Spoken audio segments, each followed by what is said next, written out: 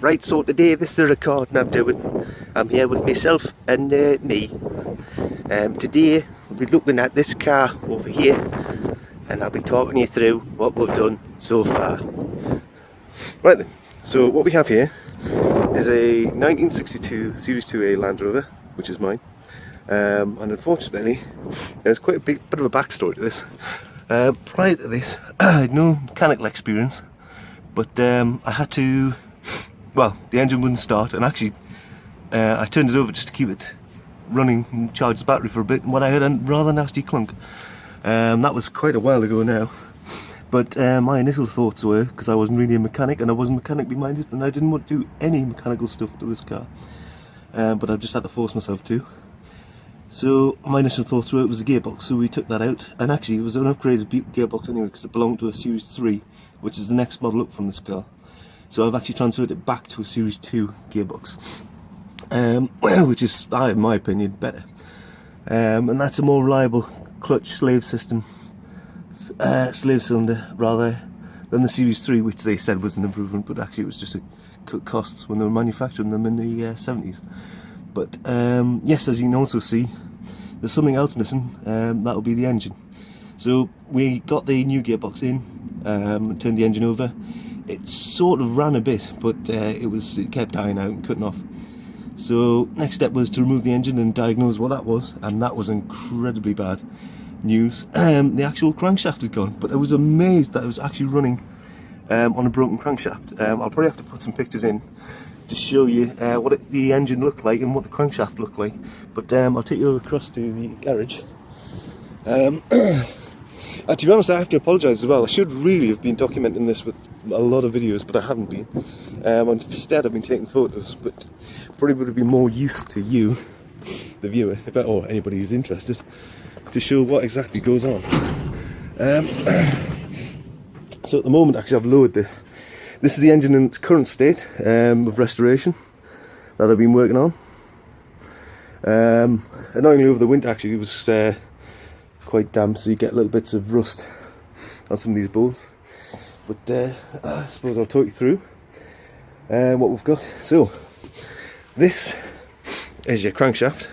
Well, the front part of it anyway. This is a starter dog. These are sprockets. You can't see the little teeth on here. This is your timing chain.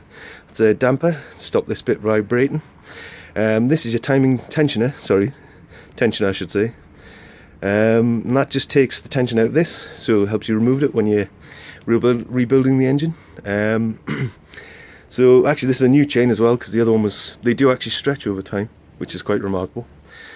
But basically this sprocket and this sprocket are a 2-to-1 ratio, so for every one turn of this, that turns twice, and that actually drives that, if you can follow this. And this is the camshaft sprocket as well. So that has to be timed perfectly with this, otherwise you'd bugger your engine. Actually this is a new engine block as well, because the crankshaft broke. I should really have removed this, which is your sump, before the video, so to give you an idea. These are crankshafts here, I can move them out of the way. So basically it's a zigzaggy bit of metal, and that's at the bottom of every engine. Now that's a very primitive version, because it's obviously 1960s and it was a very primitive car. This is your oil filter, so there'll be a little paper filter goes in there, like a cylindrical thing. Looks a bit like the type of dust filter you get in a vacuum cleaner, but it's for oil. This is your pump, fuel pump, and that's timed off skew gears on the camshaft, which runs through here. Unfortunately, I've put these bits on. I should have really kept a lot of it off when I did. Well, I should have done this video earlier, really. But this is when I've been rebuilding it so far. Again, I'll put some pictures in this video to show what it looked like when I first removed it. That's your manual lift pump, because there's no such thing as an automatic pump you get in a modern car. These are your glow plugs. I should actually point out this is a diesel engine. I should have pointed that out at the start. Petrol setup is much different to this. Instead of a pump, you'd have electric cables that goes to spark plugs here, and you'd have a carburetor on here, somewhere here, linked to your exhaust. Well, actually be linked to the inlet manifold, and you have an exhaust manifold beneath that. These are engine mounts, So this is what mounts it to the chassis, and you've got like rubber stops in between there.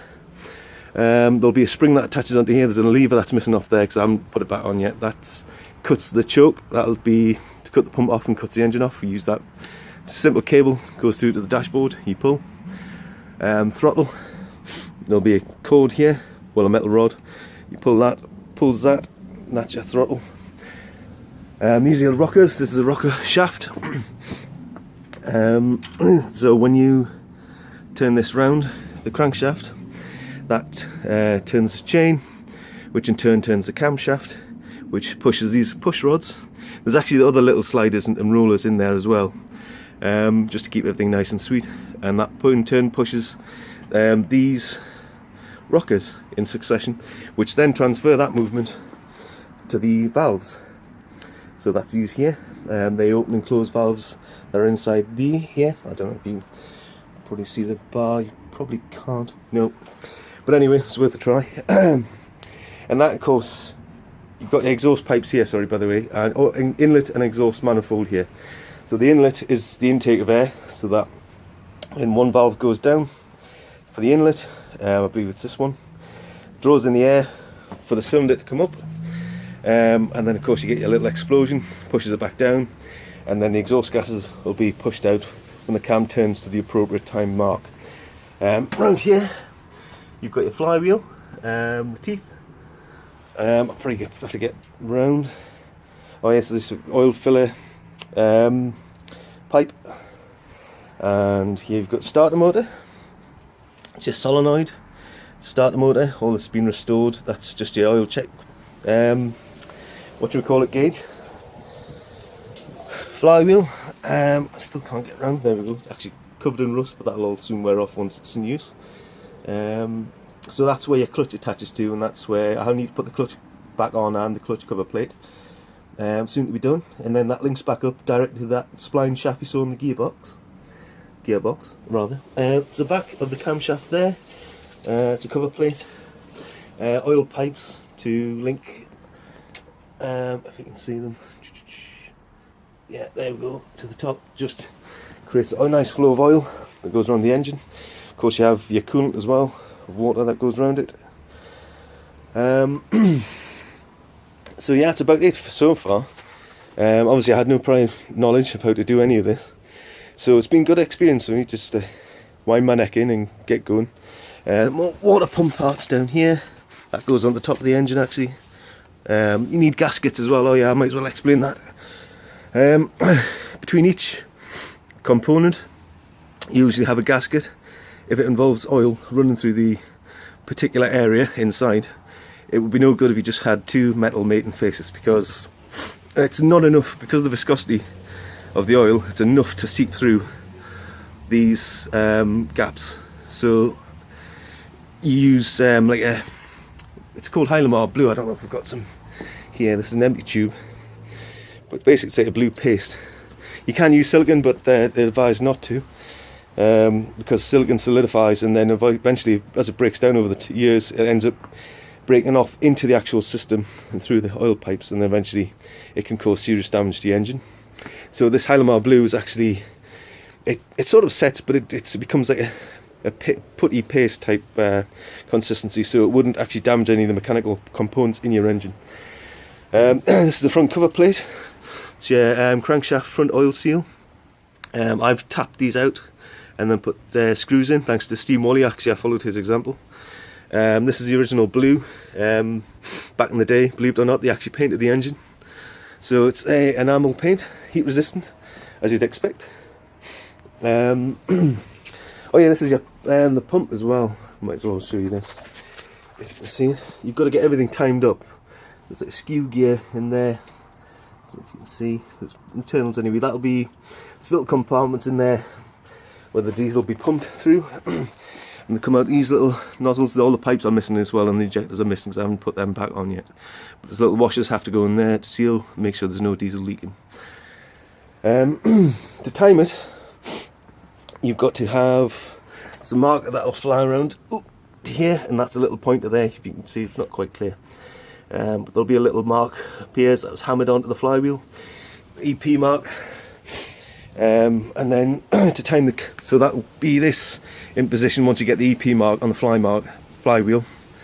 And then if this is also before you put the chain on, and then you've got to turn the cam round until this number 1 rocker is fully open. Now to do that, to know where that is, you use one of these. Oh, this is a dial gauge, and there's a little lever underneath, or a little bar if you want, and that you press that up. I can't do it for this one hand, but then obviously that needle will spin round, and you'll just be able to find the right point where this rocker isn't going to move anymore, and you know it's fully open when it's pushed down. And that's the timing of this, and then that's when you put this chain back on, and you know you've got everything timed up, and then this is your tensioner, you put that back on last. Now for the pump, you have a little oil drive gear, which is a skew gear as well, that meshes with the camshaft and that long bar I was on about. It's got little egg-shaped lobes. So there's one side, there's a heel. If you imagine just a 2D egg, sort of stretched out, and then placed along a bar. And then as this rotates, it turns those eggs around, and then you've got the movement of that pushes those bars up every time it spins round, and you've got the heel of the egg and the tip of the egg. So obviously the heel of the egg, that would be fully closed, so it'll be down, and the top of the egg, that's pushes the push rod up, so opens the valve. Right, what else as well? Hello again. Sorry, for the purpose of, I've just ran out of space on my phone actually as that happens, but it's given us a chance to get a few more items to show you. For instance, this is the con rod, that's your big end, no innuendos please, and that's your gudgeon pin there, and that connects to the piston, and some of them in here, actually I could probably get one of those out, a bit grubby mind. Oh, come on. So these are the used ones that I've taken out of old engines. This is your gudgeon pin. As you can see, those brass marks there, that's not meant to be on there because these are highly worn, so it actually just shows where it's worn through to. But that slots through there. I don't actually put them in contact because I've cleaned all these up, put them on eBay actually because they're in good shape. And these are the old piston pots. Don't they look good? So yeah, they're absolutely caked in crap. Obviously I've used new ones in here. I took in the interim, I took the sump off. This is a sump. As you can imagine, all your oil collects in here. And this is your lift pump, oil lift pump. There's a bit of a filter on there, so that'll pick up the oil, and that goes off. There's your crankshaft, by the way. Those are these are the main bearing caps. These things here that hold, there's 3 of them, one in the middle and one at the other end. They're important because they hold the crankshaft in. They've got to be torqued up to a particular setting that you use a torque wrench to do. And there's, there we go, that's obviously the other end of the big end. As you can see there, it's a version of that. Same ones really. All these were cleaned up. They look a bit grubby now because they're all covered with oil. As you go along when you're rebuilding an engine, you've got to constantly lubricate everything, because obviously when you first start something up, if it was dry, you'd cause a bit of wear. But I don't know if you can see, there you go, you can just sort of see the pistons there with the con rods attached to them. They're all nice and new. Something else worth noting, when you're rebuilding an engine, because it would be cost prohibitive to change these and renew these, buying new parts every time, and the crankshaft, you have something called bearing shells that go in here. Now they wear out, you replace those instead, which is quite an ingenious idea really. Eventually your crankshaft will actually wear down, and these have to be reground. These are quite manky.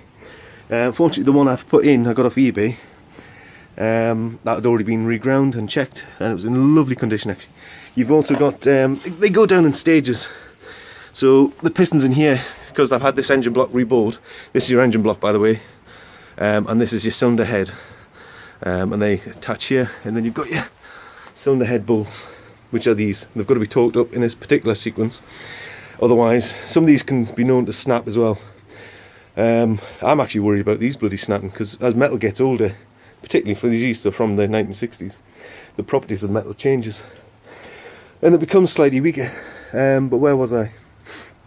I've completely forgotten now. Oh yes, so inside here, I'll probably show you from this one here. This is one of the old engine blocks. As you can see how grubby they are.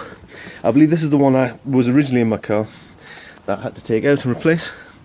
So here's your cylinders, and that's where your pot's going. Eventually these wear out completely and you have to actually bore these out. You get a special machine shop to do this, which is what I did with that engine block. I took it to them because I don't have the tooling here to do that myself, obviously. And these go up in, you've got standard and then plus 10, 20, 30 and 40. Although does it go up that way? I can't remember. Anyway, but they're plus 40 at the moment. And you have them ground up and they take a fraction of the diameter away every time when the machine goes through them and cuts away the metal. You also have to have a particular surface left. It's a bit like a cross-hatched pattern left on the side of all cylinders, so when the rings of the piston, these bits, that's your oil control ring at the bottom. I should be better to put that way up. Sorry, bits and bobs falling out. The oil control ring, and then these are the rest of your piston rings. They wear down as well, but they drag against the side of the wall, and that's why you've got to have that cross-hatch pattern, because they help draw that oil back down and doesn't get up to the top where the piston is. Because what happens then, you get then what's called a runaway engine, or you can do, which is what my old engine block was doing, because it hadn't been serviced in donkeys. And yeah, that leads to quite a lot of problems, and that actually probably was what led to the broken crankshaft in mine. Well, one of the problems anyway. Caused a lot of damage actually that I had to replace. All the major components on this have been replaced because they do wear down quite dramatically. I mean, for instance, the rockers, these are the old ones. It's a shame because they're actually probably better quality in their time. But you can see where the valve stem rather, is worn away. These would have been perfectly smooth, and it's actually worn away that ring there every time it's rocked back and forth on the top of it. That doesn't look like much, but when you're dealing with an engine, it's incredibly critical how much tolerance can go into something. I mean, that's why you've got something like this is called a feeler gauge. I can't get it out, the little gauges out, because I've just got one hand. But you're talking fractions of like a hair basically, and a thin sliver of metal you've got to push between surfaces to check how much tolerance there is between. And you're dealing with very fine tolerances.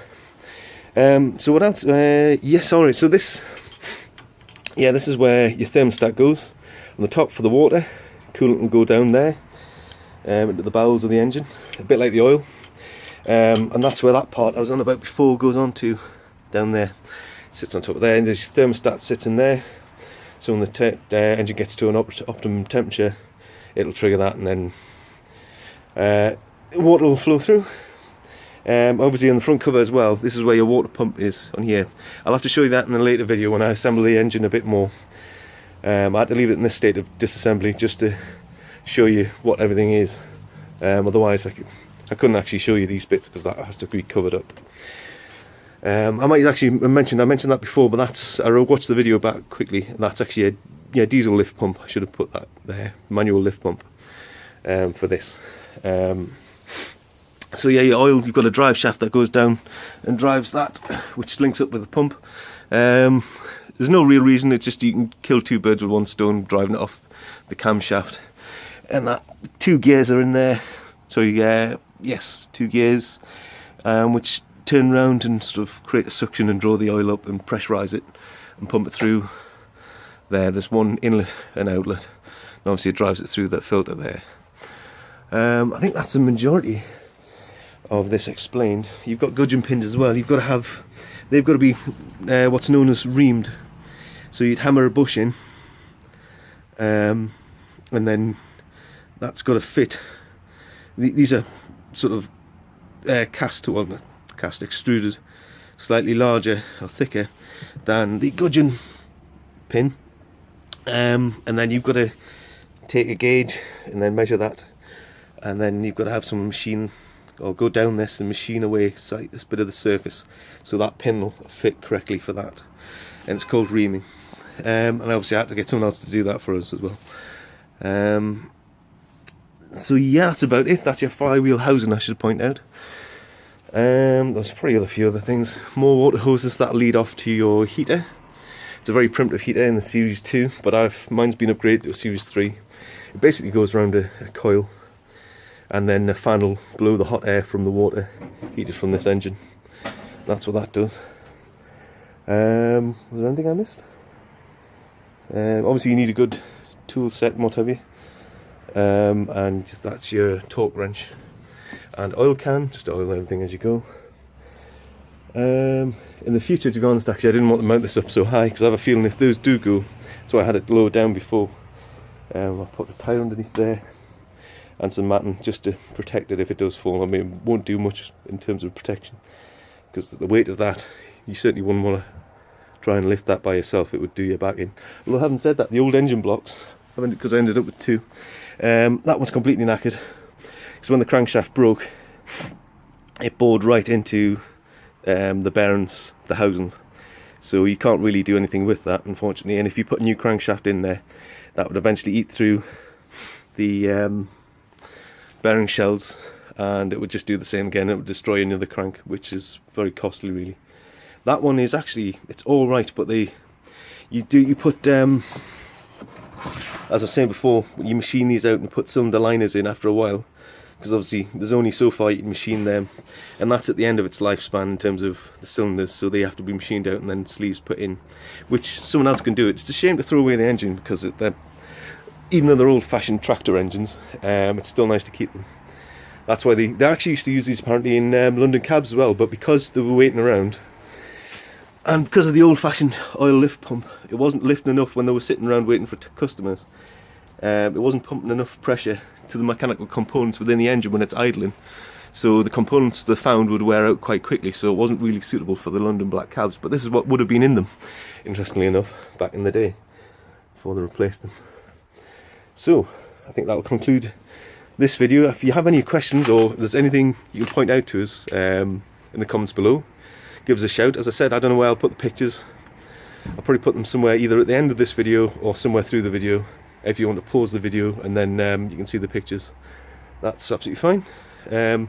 Again, I took hundreds of pictures through the rebuild of this. I didn't take many videos, which was very sad. I should have done. But if you need any help with anything, or a particular part you're doing an engine rebuild and you need some pictures or anything that might help explain anything to you, get in touch and I can probably send you some photos of the build of any specific point in time. But thank you very much for watching, and I'll bid you farewell.